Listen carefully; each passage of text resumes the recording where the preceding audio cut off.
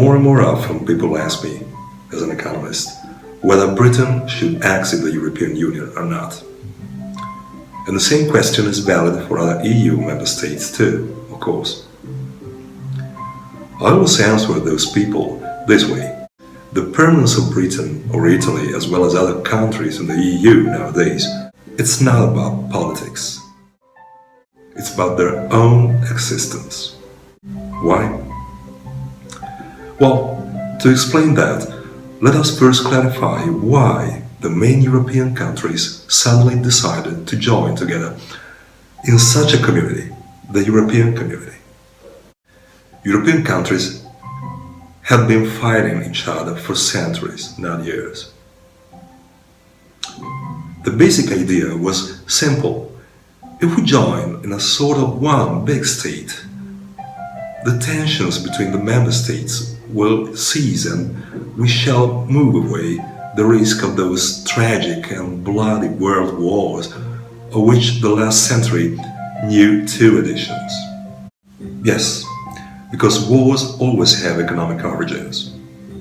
That was a basic assumption, and frankly, how can you not share it?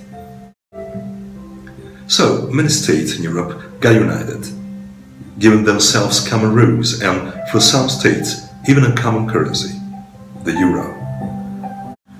By the way, another question I'm often asked is why some countries like England were allowed to keep their own currency instead of merge it into the euro. Simple. What is the reason why countries arrived at that unique common currency decision? Answer: because one or some of them often used to devalue their currency to obtain advantages on their trade with the others. What was the reaction of the other state to this?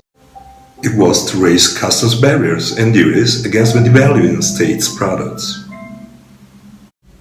Now, what if a country does not devalue its currency so often, and the currency in the long run loses value or gains value against the other state's currency alternately, so that, all in all, the advantages and disadvantages eventually get balanced?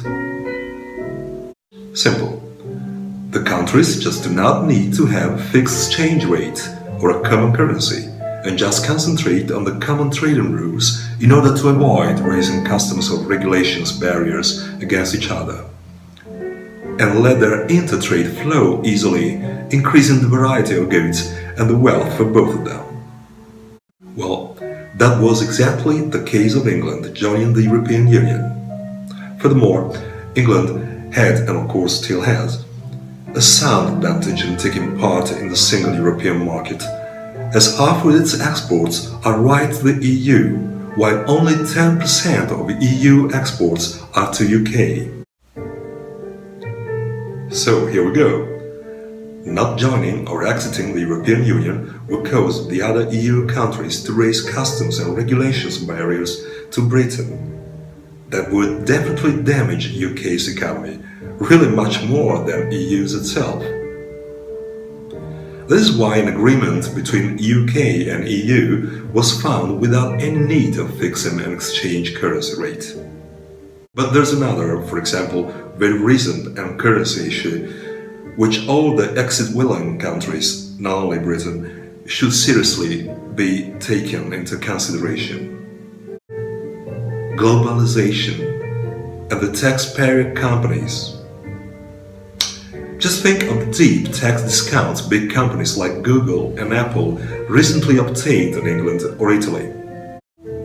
The heart of the matter is that these companies are truly global, as journalist Jonathan Friedland says.